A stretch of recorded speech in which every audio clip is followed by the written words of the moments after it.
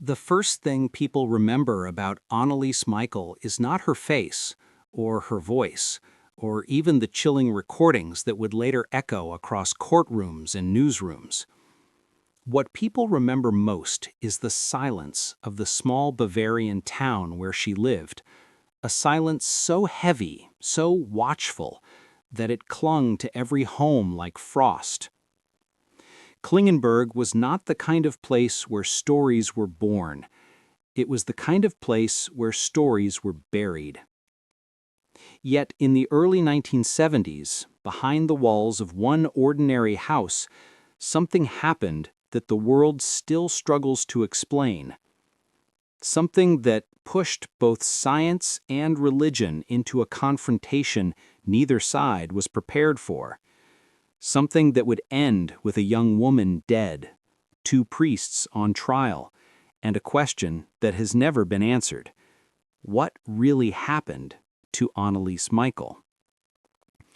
To understand the story, you must first understand the girl. She was not the demon-obsessed caricature portrayed in later films. She was quiet, devout, academically gifted. Her teachers saw discipline, her friends saw warmth, her family saw innocence touched with devotion. By all accounts, Anneliese was the last person anyone would associate with darkness, and yet darkness has a way of choosing its own paths. It began with small disturbances, things that could be dismissed, rationalized, folded neatly into the ordinary chaos of life. A brief paralysis while waking, trouble speaking, an overwhelming sense of something watching her when she prayed. If this had happened today, doctors might have immediately considered neurological explanations. But in the early 1970s, in a deeply Catholic region where faith shaped daily life as naturally as breathing, these moments stitched themselves into something more ominous. By 1973, the disturbances escalated. Not gradually, not carefully, but violently, as though something had been waiting for its opportunity to surface. Anneliese began seeing faces, distorted, twisted, mocking.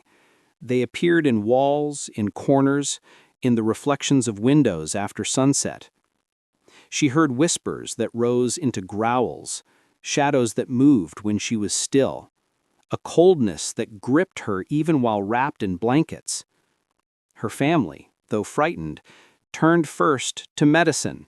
That was the sensible thing, the responsible thing.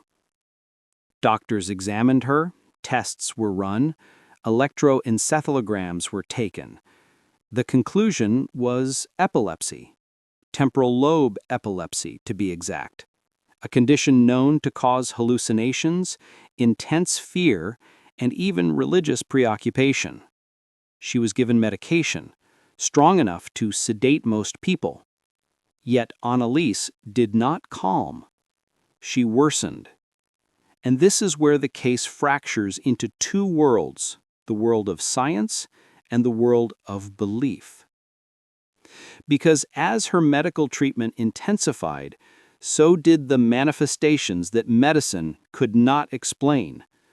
Anneliese began reacting violently to religious objects, crucifixes, rosaries, holy water. She could not enter a church without trembling. Her body contorted when she tried to kneel. The once soft-spoken girl now erupted in fits of screaming that tore through the house like something feral breaking loose. Her voice changed, dropping into tones no 18-year-old girl should ever be able to produce. And when she spoke, the words were not always her own.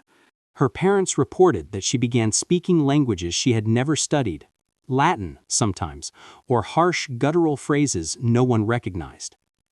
At night, the house trembled with sounds of banging, scratching, and the guttural cries that would later stun the world when played during the trial.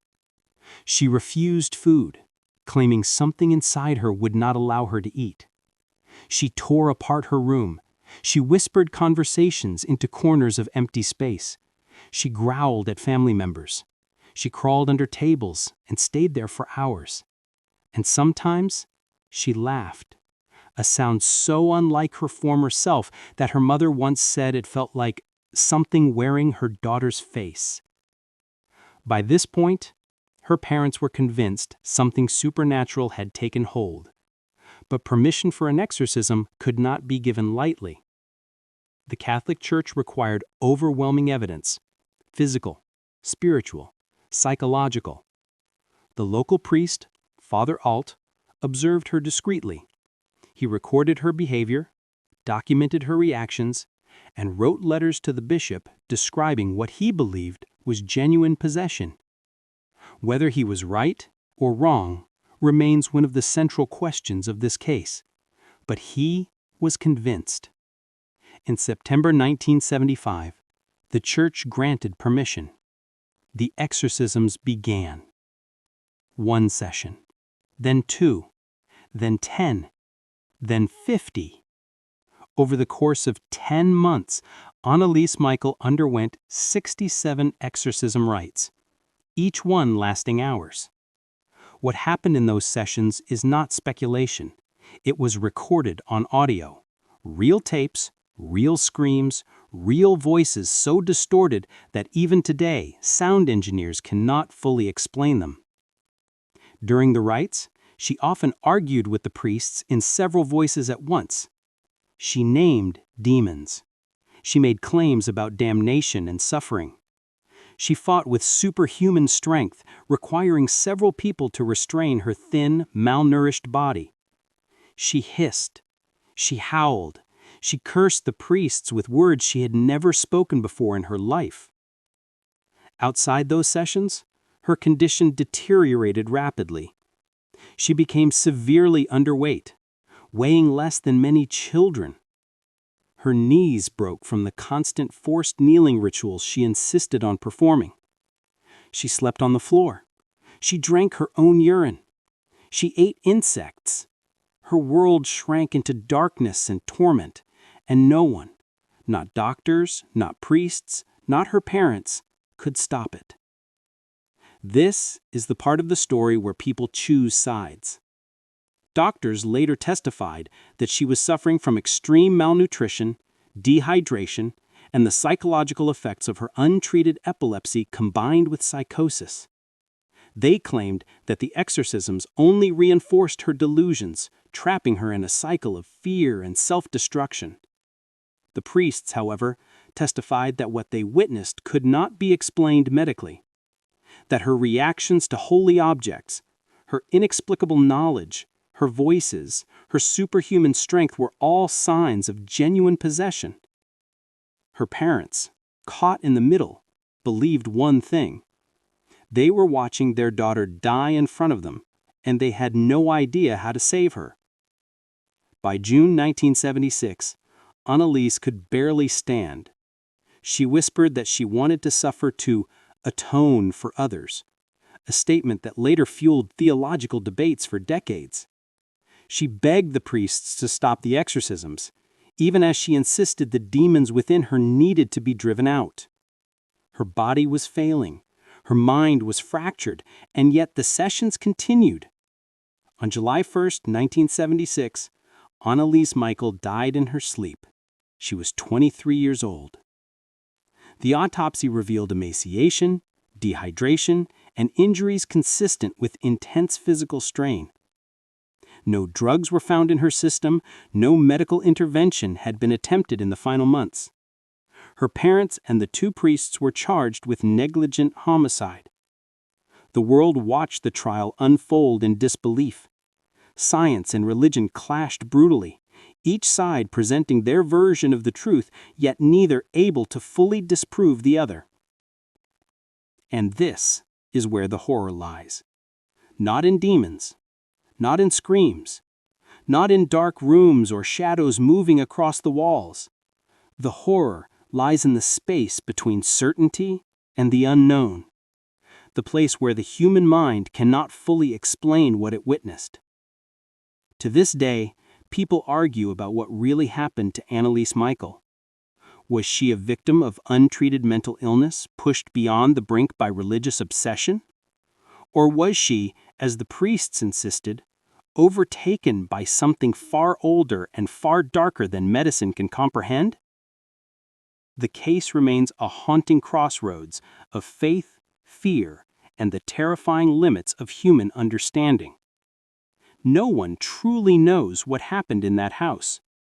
No one can say with certainty what lived inside her, or whether it was something within her mind or something beyond it. But one truth endures. Whatever Anneliese faced, she faced it alone, in a battle no one around her understood. And perhaps the real reward hidden inside this tragedy is the uncomfortable, chilling reminder that not all horrors leave physical scars. Some leave only questions. Questions that echo across decades. Questions that refuse to die. Even after her burial, the story refused to end.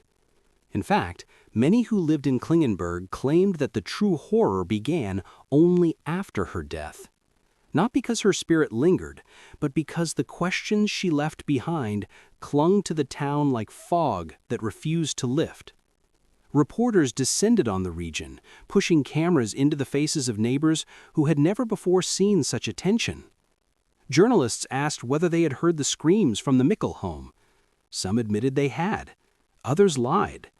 A few simply closed their doors and refused to speak, as if afraid that uttering her name would invite something back. But the most chilling testimonies came from those closest to her, the ones who had watched the transformation firsthand. One friend described visiting Anneliese during the height of the exorcisms. She recalled stepping inside the house and instantly feeling overwhelmed by a sense of heaviness, as if the air itself was sinking downward. At first she thought it was the smell, a mix of sweat, incense, and the sour odor of a room that had not been opened in days. But as she walked closer, she realized it wasn't the air that troubled her. It was the silence. The walls seemed to absorb sound, leaving every footstep muted. When she finally saw Anneliese sitting on her bed, she almost didn't recognize her. The once lively girl was now gaunt, her cheeks hollow, her eyes flickering wildly between terror and exhaustion. It wasn't madness in her expression. It was something far worse: resignation. Her friend said one sentence that would later be repeated in court, interviews, and in documentaries for years. It felt like she wasn't alone, even though she was the only one in the room. Fear, as it turns out, is contagious. It spreads from person to person, even without evidence. And soon the entire town was whispering about possession. Children were told to keep their distance from the house. Elderly men who once mocked superstition now avoided passing the Michel property at night. Priests from other parishes spoke of theological responsibility, while doctors bristled at accusations that medicine had failed her.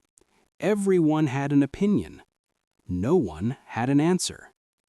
Meanwhile, inside the Michel home, grief wrapped itself around the family like a suffocating blanket. Her mother, Anna, was often found sitting beside her daughter's bed long after the funeral, staring at the empty space as if expecting a voice to emerge from the shadows. Her father walked through the house at all hours, checking windows, doors, hallways, not because he feared intruders, but because he could not shake the habit of monitoring the smallest sounds for signs of distress. For nearly a year, they had been conditioned to listen for screams. Now, silence felt foreign. Yet the tapes remained. Dozens of audio reels containing Anneliese's exorcisms sat locked inside a drawer. The priests had recorded them as evidence they believed showed true demonic manifestation. But to many who heard them, the tapes were more disturbing than any explanation offered. The voices on those recordings did not sound like the girl her parents raised. They did not sound like someone experiencing seizures. They sounded layered, strained, hateful, almost mocking. The growls rose into unearthly pitches, only to drop suddenly into cavernous tones that vibrated through the speakers. When forensic audio experts later attempted to analyze the recordings, some noticed irregularities. The frequency patterns of the screams were unusually complex, as if multiple vocal cords were vibrating at once. Others dismissed this entirely, arguing that extreme stress, combined with dehydration and psychological trauma, could alter a voice beyond recognition. But even among skeptics, one thing was undeniable. The recordings were not ordinary. The trial began in 1978. The courtroom filled with a palpable tension, as if everyone present understood that they were participating in something far larger than a simple question of guilt. The case represented a crossroads between modern medicine and ancient belief, a collision of two worlds that rarely acknowledged each other's legitimacy. Prosecutors argued that Anneliese had been allowed to die through negligence. They claimed her medical decline was obvious, preventable, and fatal. They criticized the priests for reinforcing her delusions. They condemned the parents for refusing hospitalization. Their narrative was tragic, but rational. The defense told a different story. They played the tapes in the courtroom. Journalists later wrote that some listeners turned away, unable to endure the sound. Even seasoned legal professionals reportedly grew pale. The priests testified that during certain sessions, Anneliese spoke with multiple voices simultaneously. They described her reactions to sacred objects as violently disproportionate, unlike anything they had seen in their careers. They spoke of her eyes turning black, of her body contorting unnaturally, of encounters they believed no earthly illness could produce. The jury found the priests and parents guilty of negligent homicide, but the sentence was light, suspended, acknowledging that they believed they were helping her. The legal punishment ended there, but the psychological burden lasted far longer. The aftermath unfolded quietly. The Michel family retreated from public life. The church became more cautious with exorcism approvals. The medical community used the case as a cautionary example of untreated mental illness, and the world, fascinated and horrified, absorbed the story into its cultural bloodstream. Years later, when Anneliese's body was exhumed for reburial due to coffin deterioration, people gathered near the cemetery hoping for signs of miracles or further proof of supernatural involvement. They found nothing. Her remains were decomposed as expected, but rumors spread anyway. Rumors that her body had looked too fresh. Rumors that the church was hiding something. Rumors that her spirit was restless. None of these stories were ever corroborated, but they persisted because people needed answers. And when answers fail, myth fills the void. But to truly understand the horror of this case, one must look not at the supernatural claims, but at the psychological fissures it exposed. Anneliese lived in a world caught between old faith and new science. In that intersection, she slipped through the cracks. Her symptoms, hallucinations, fear, physical deterioration, belonged to both worlds. Medicine saw neurological instability, faith saw spiritual oppression. Her parents saw a daughter in agony, beyond the reach of the tools they understood. And Anneliese herself? What she saw, what she believed, what she felt inside her mind during those final months? That is the part no one can ever truly know. Was she aware of her decline? Did she believe she was fighting demons? Or was she trapped inside a delusion so powerful that she could not distinguish her own thoughts from the voices she heard? The tragedy is that she had no language to articulate the battle occurring inside her. She had only fear, conviction, and suffering. Some theologians argue that possession, if real, operates through the vulnerabilities of the human mind. Some psychiatrists argue that the mind, under enough stress, can mimic any form of perceived evil. And somewhere between these perspectives lies Anneliese, a young woman pulled apart by explanations that never quite fit. Her story continues to inspire films, books, documentaries, debates, dissertations. But behind the cinematic horror and sensationalism, behind the exaggerated portrayals and dramatized retellings, remains a raw, simple truth. A young woman asked for help, and no one, not doctors, not priests, not family, could agree on what she needed. Her suffering became a battlefield for belief systems, and in that battle, she was lost. But perhaps the most chilling aspect of the story is not the possession, nor the exorcisms, nor the death. It is the realization that modern understanding still cannot fully explain certain human experiences. Cases like Anneliese's remain boundary markers, reminders that even with all our advancements, there are regions of the mind and spirit we do not comprehend. Regions where darkness gathers, not because it is supernatural, but because it is unknown. And it is in the unknown that horror thrives. The Michel household existed in a state of suspended grief. Rooms that once held warmth now felt hollow, stripped of the energy that a living presence provides. The walls, which had absorbed screams, prayers, and whispered pleas, now absorbed silence. Anneliese's younger sisters avoided the hallway near her bedroom, claiming it made them uneasy, not because they believed her spirit lingered, but because the memories of her suffering were too vivid to ignore. Neighbors noticed that the house itself seemed different. The shutters stayed closed more often, the front door remained locked even during daylight hours. The garden, once tended by the family with quiet pride, grew wild. It wasn't neglect born from laziness. It was neglect born from the inability to engage with normal life. Trauma does that. It freezes time around the place where pain occurred. Inside the village church, her name was rarely spoken. Parishioners prayed for the family in soft, general terms, as if naming Anneliese might reopen a wound the community desperately wanted to heal. Priests from nearby towns visited occasionally to offer spiritual support, but even they admitted that the case had shaken them deeply. Exorcism, in their training, was rare, theoretical, a last resort. But the reality of watching a young woman deteriorate under their care forced them to confront the limits of their role. Some priests questioned whether the rites had been performed too frequently, too intensely. Others wondered whether the church had waited too long to intervene. A few privately entertained the possibility that possession had never been involved at all.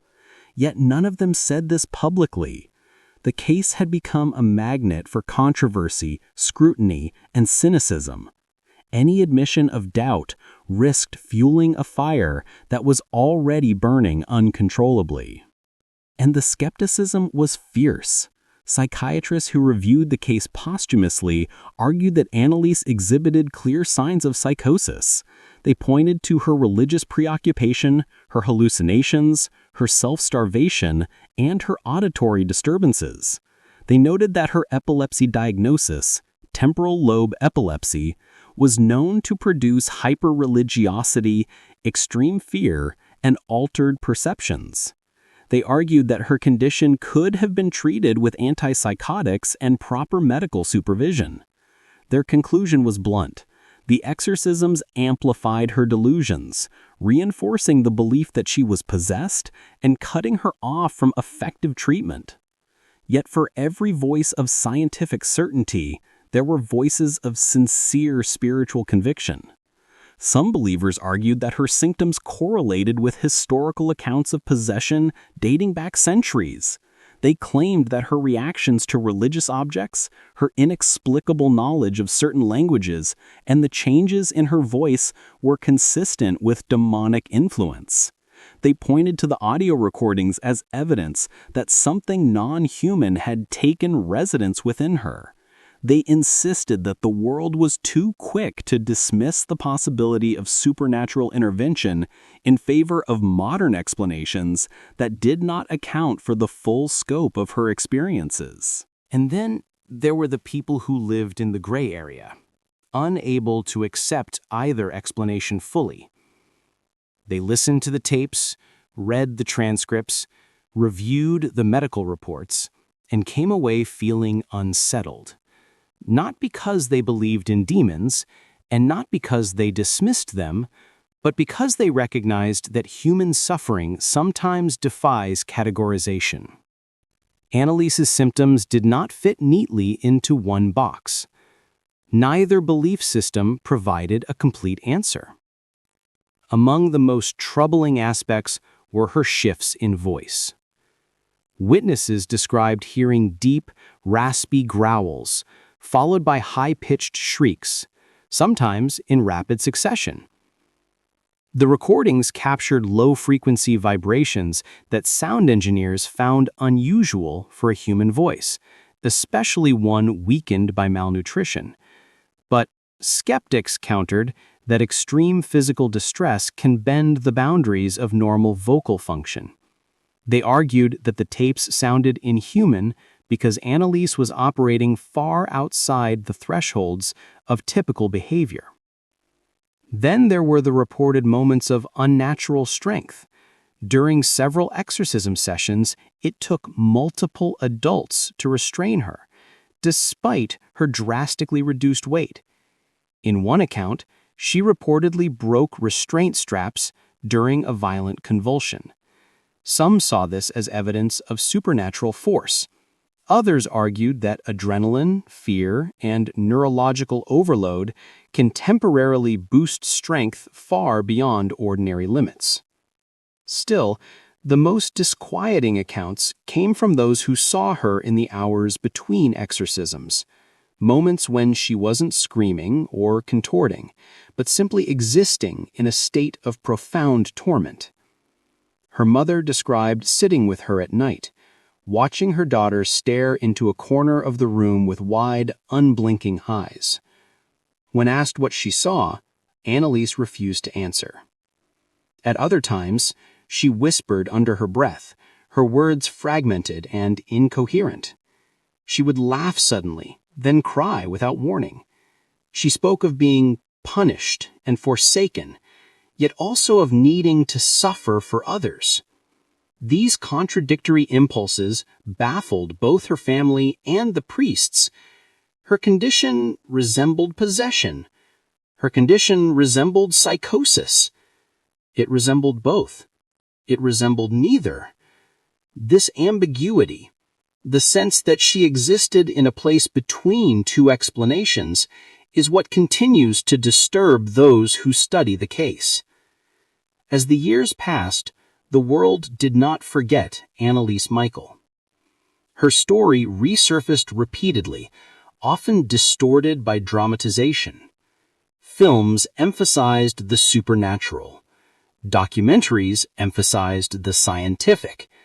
Journalists emphasized the sensational. But the real story, the lived experience of a young woman caught between competing truths, remained obscured behind layers of interpretation.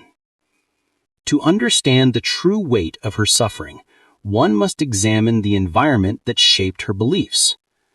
Bavaria in the 1970s was deeply Catholic, with a strong emphasis on sin, redemption, and spiritual warfare. These cultural pressures created a fertile ground for religious interpretations of abnormal behavior. Anneliese herself was intensely devout, prone to guilt, and deeply affected by the idea of spiritual purity. When her symptoms began, she interpreted them through the lens of her faith. She believed she was under attack. She believed she was being punished. She believed she was responsible for her own suffering. This belief was reinforced by those around her. When the exorcisms began, they provided a framework for her experiences, a structure that gave meaning to her distress. But meaning does not equate to relief.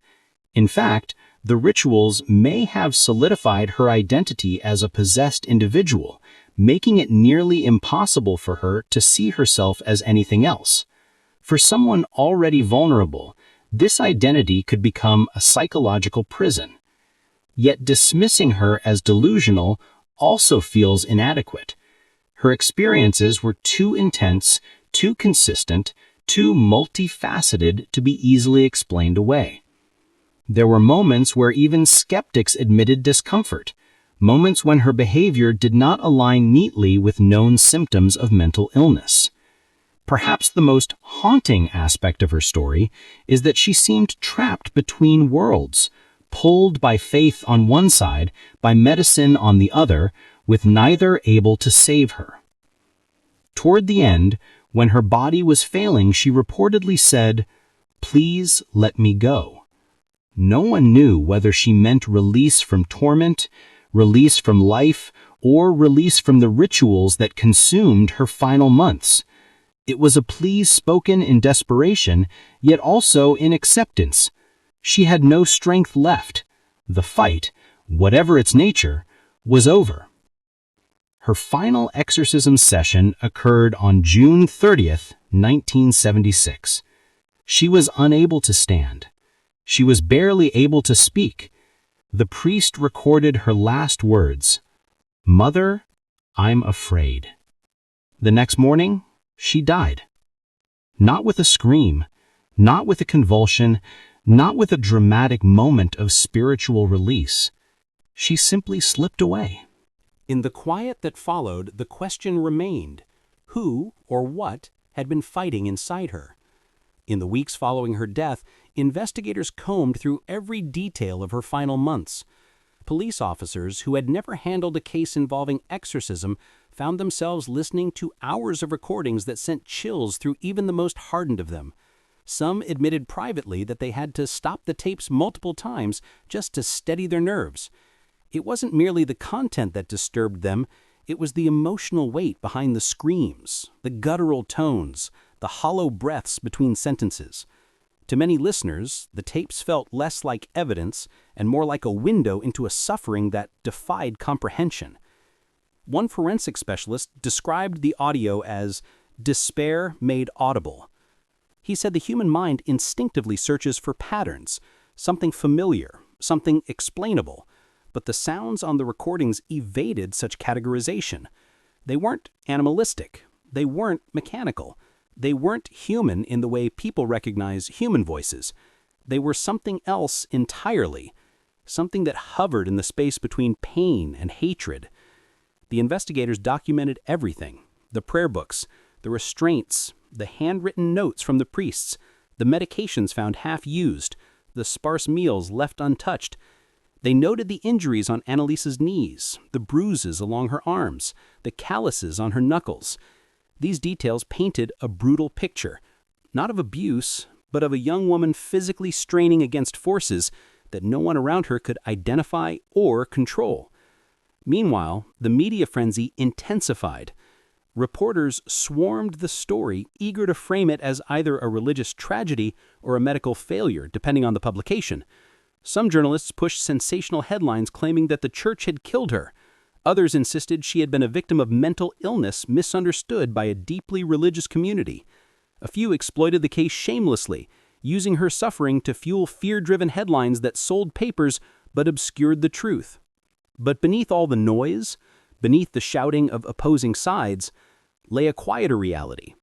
People didn't know what to believe, and that uncertainty terrified them.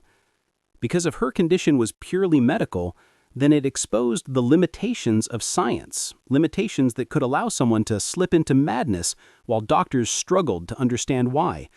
But if her condition was supernatural, then it meant something beyond human comprehension could intrude upon ordinary life, targeting anyone regardless of innocence or faith. Most unsettling of all was the thought that both explanations might be incomplete. As investigators continued their work, they interviewed dozens of people who had interacted with Anneliese near the end.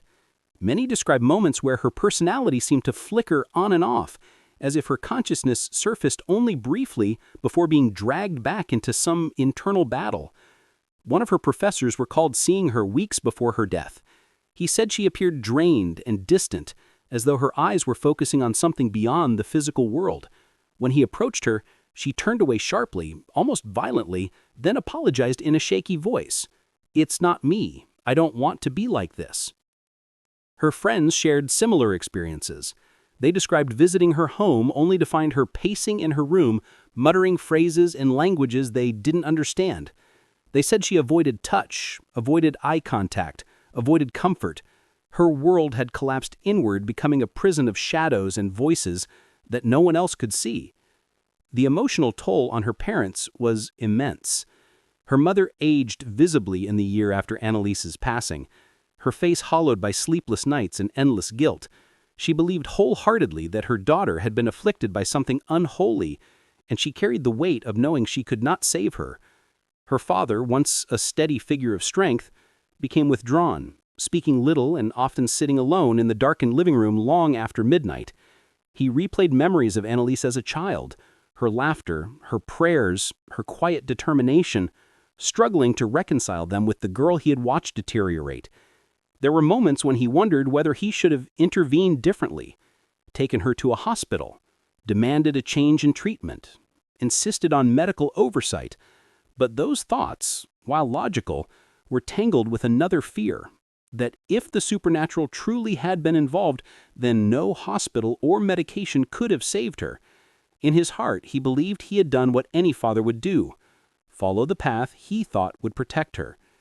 The priests, too, carried scars from the ordeal. Father Alt, who had advocated for the exorcism, suffered from recurring nightmares in which he saw Anneliese's face shift between agony and something inhuman. He wrote in his diary that he felt haunted, not by demons, but by doubt. Doubt that he had interpreted her symptoms correctly. Doubt that he had acted soon enough. Doubt that he truly understood what was happening. He had spent his life studying spiritual warfare, but experiencing it firsthand had shaken him in ways he could not articulate. Father Renz, the primary exorcist, was perhaps the most visibly changed. Once confident in his mission, he now spoke in softer tones, as if afraid to stir forces he no longer wished to confront. He reported feeling moments of overwhelming dread during the exorcisms, moments when he believed they were in the presence of something fundamentally opposed to human existence. He described pressure in the room, a suffocating heaviness, a coldness that radiated from Anneliese's body. These sensations, he insisted, could not be explained psychologically. But the church, wary of public backlash, distanced itself from the case after the trial. High-ranking officials acknowledged that mistakes may have been made, but refrained from offering specific commentary. Behind closed doors, however, the case triggered significant changes in how exorcism requests were evaluated. It became harder, much harder, for priests to receive authorization to perform the rite. Anneliese's death had become a cautionary tale, a stark reminder of the danger inherent in treating unexplained phenomena with spiritual solutions alone. Despite the institutional silence, interest in the case persisted. Scholars from various fields, psychology, theology, anthropology, neurology, published analyses attempting to discern the truth. Each offered compelling arguments, but none could definitively explain every aspect of her symptoms. The case remained stubbornly ambiguous.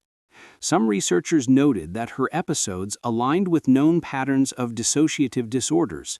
Others pointed out that cultural context heavily influences the way symptoms manifest, meaning her religious environment could have shaped her interpretation of her experiences. A few argued that rare neurological conditions, possibly undiagnosed, could have contributed to her deterioration. Yet others insisted that none of these explanations accounted for the full scope of her behavior. One scholar, after reviewing the tapes and transcripts, wrote, "Even if every symptom can be medically explained, the cumulative effect of her experiences suggests a phenomenon that transcends ordinary pathology." It was a delicate way of saying something that many thought, but few dared to voice. that some experiences, even if rooted in the mind, produce effects indistinguishable from the supernatural.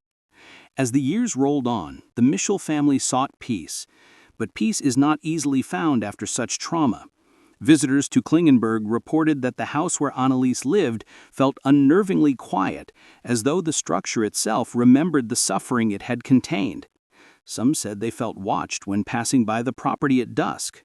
Others insisted the atmosphere shifted whenever the wind blew through the old wooden shutters. These were merely impressions, subjective, unverifiable, yet they added to the mystique surrounding the case. What compounded this eeriness was the knowledge that, despite the decades that had passed, no explanation had emerged that fully satisfied both sides. Medical professionals remained firm in their conclusions, the faithful remained steadfast in theirs, and those who walked the line between skepticism and belief found themselves unsettled by the thought that both might be partially correct. Because sometimes the truth is not a single clean narrative.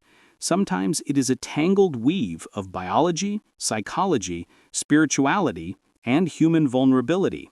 The question that haunted everyone involved, priests, parents, doctors, investigators, was this: did something happen to Anneliese, or did something happen through her?